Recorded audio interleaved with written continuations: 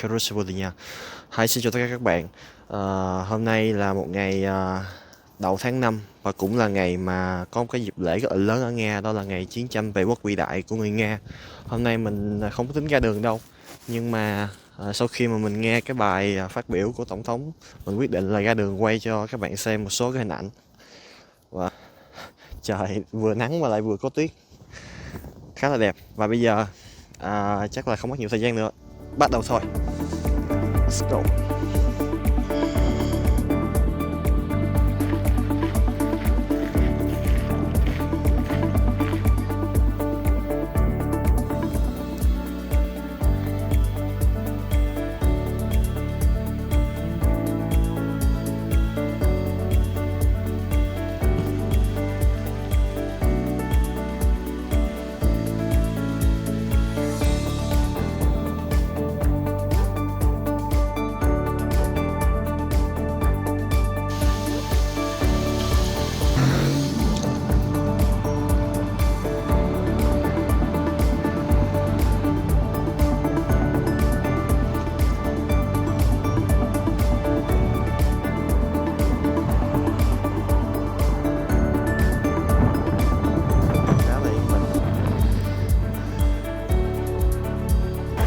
Xe buýt tới rồi. Xe buýt tới rồi.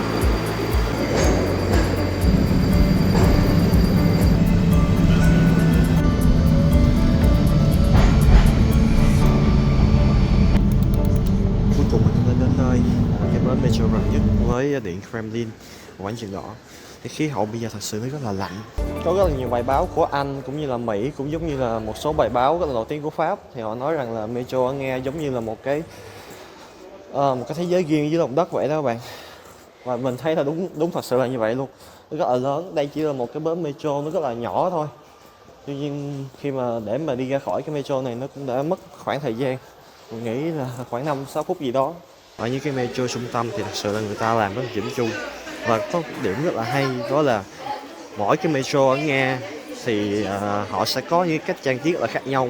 Ví dụ như 100 cái metro ở đây Nga thì mình nghĩ là có tới 80 cái metro khác nhau về cái cách trang trí. Nhất là những cái metro ở ngoài trung tâm thế này mà mình đang đi lên mặt đất, mình đang còn dưới hầm. Một số bạn cảnh báo như là những cái ngày như thế này thì nên hạn chế ra đường, bởi vì những cái người mà người ta gọi là chống đối chính phủ Nga và những người mà cực đoan, nhất là những người mà thân phát xít thì người ta sẽ thường không thích những người đậu đen tóc đen như mình. Đó là những cái người vệ binh quốc gia, họ đang đi gọi là bảo vệ cái buổi diễu binh kỷ niệm ngày chiến thắng, và bây giờ mình đang đi tới gần cái quảng trường đó, nhưng mà nghĩ mình sẽ không được vào đâu, cũng giống như ở Việt Nam thôi. Đó là vào những cái ngày đó thì chỉ có những người có giấy mời thì mới được vào cái khu chính, trong khi đó thì mình không có giấy mời.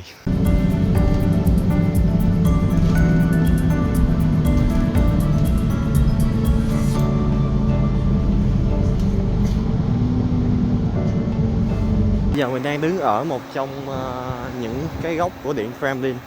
Ở bên ngoài thì thực sự nó rất là lớn, và đây chính là sông Moscow, một cái công viên kế bên sông. Bình thường thì mình có thể vào bình thường, nhưng mà hôm nay là cái ngày lễ duyệt binh cho nên mình chỉ có thể đứng ở xung quanh đây thôi. Đỏ luôn là một cái màu tượng trưng cho có thể nhiều bạn nói đó là cái sự tượng trưng cho chế độ cộng sản, nhưng mà đối với người Nga thì họ quan niệm màu đỏ chính là cái sự hy sinh, cái sự mất mát, đó chính là máu của những người đã hy sinh vì những cái nền độc lập tự do cho dân tộc. Cho nên những cái ngày như thế này á, ví dụ như là tổng thống Vladimir Putin, khi mà ông đặt hoa ở cái ngọn lửa bất tử thì nó cũng là một cái loài hoa của Nga và nó cũng có màu đỏ, nó tượng trưng cho cái sự cái sự tình cảm, cái sự nhớ ơn đời đời của người dân Nga cho đất nước, cho những người đã hy sinh vì những cuộc chiến trong quá khứ. Có thể nói là nước Nga là cái quốc gia rất là đặc biệt với mình. Mình có nhiều điều bất ngờ về nước Nga lắm. Ví dụ như nước Nga về Moscow chẳng hạn, như nó không phải là cái thành phố hiện đại nhất châu Âu, nhưng mà nó là cái thành phố mà có cái lượt chi tiêu công nhiều nhất châu Âu. Hàng năm nó chi mình nghĩ là hàng tỷ đô la Mỹ vào trong cái việc phục vụ người dân trong thành phố, tổ chức sự kiện này kia. Và trong cái buổi khảo sát mới đây trên cái VK của Nga, đó là một cái mạng xã hội phổ biến Nga giống Facebook của Việt Nam vậy đó, thì hầu hơn 7% người dân người ta muốn tổ chức những cái sự kiện như thế này. Mặc dù nó tốn kém thì nó rất là tốn kém thật, nhưng mà nó thể hiện được cái tinh thần dân tộc của người Nga. Và trong những cái dịp lễ thế này, cái chi phí mà để tổ chức những cái cuộc diễu binh thế này thì không bao giờ là rẻ.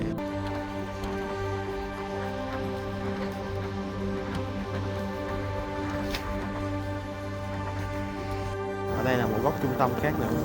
Với nhiều người cái con số 10 á, là cái con số rất là đặc biệt, và đặc biệt đối với người Nga nữa. Bởi vì con số 10 chính là cái thời điểm mà Hồng quân Liên Xô đã cấm cái lá cờ trên cái tòa nhà Quốc hội Đức và chấm dứt cái sự hoành chiếu của phát xít Đức cách đây hơn 79 năm. Và bây giờ các bạn đang xem một số hình ảnh trực tiếp từ quảng trường đỏ. Trời đã lại bắt đầu có tiếng rồi. Vừa mới đây thôi thì lúc nãy Tổng thống Putin đã đọc diễn văn ở đâu đó ở đằng sau cái tòa nhà đó. Và hiện tại đây vẫn còn rất là nhiều người họ đến đây, và mình thấy có một số cựu chiến binh họ đứng để và họ nhớ về một cái khoảng thời gian khi mà họ còn là những cái chiến binh Hồng quân.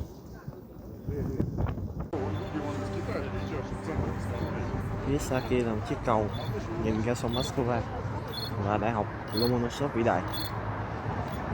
Khi nhắc về Moscow thì người ta sẽ nghĩ ngay đến một thành phố ven sông làm thủ đô của đất nước Nga rộng lớn. Trước đây thì thủ đô của Nga chính là Saint Petersburg.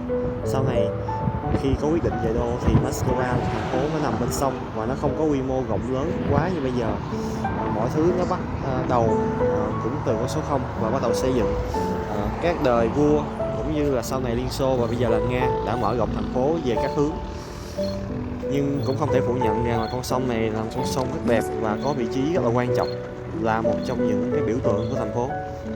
Bên cạnh tòa nhà Katelinskaya như này, rất là nhiều người đang xếp hàng để chờ vào được đi du thuyền tham quan thành phố, tham quan bờ sông Moscow, với cái giá mình nhớ là khoảng 300 rúp cho mỗi một người.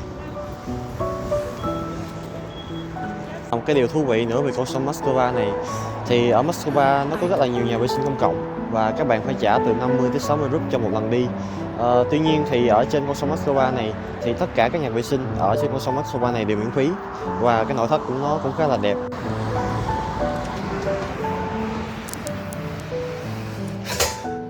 Từ khi mà mình sang Nga thì thật sự là mình hiếm khi nào mà thấy những cái cảnh mà đông như thế này, đó gọi là đông. Người Nga cái dân số của họ không có nhiều, đất nước của họ lớn hơn mình hàng 50 mấy lần, nhưng mà dân số của họ không nhiều. Và trong cái cách sống của họ, họ tận hưởng cuộc sống rất là chậm luôn. Và đôi khi mình cảm thấy khá là khó chịu luôn. Mặc dù Moscow là một cái thành phố lớn, là thành phố năng động nhất của nước Nga, nhưng mà cái nhịp sống, cái nhịp sinh hoạt giống như mình đi làm giấy tờ. Khi mà qua đây các bạn phải làm thẻ xanh, nó giống như là một cái visa vậy đó. Không biết cái căn cứ công dân cho người nước ngoài mới đúng. Thì khi mình vào đó mình làm thì những nhân viên họ làm việc rất là chậm, mặc dù có rất là nhiều người đang chờ. Với họ thì tận hưởng cuộc sống mới là cái điều mà đáng cao cả nhất, và không có gì phải vội vàng. Cái quan điểm của người Nga là như vậy.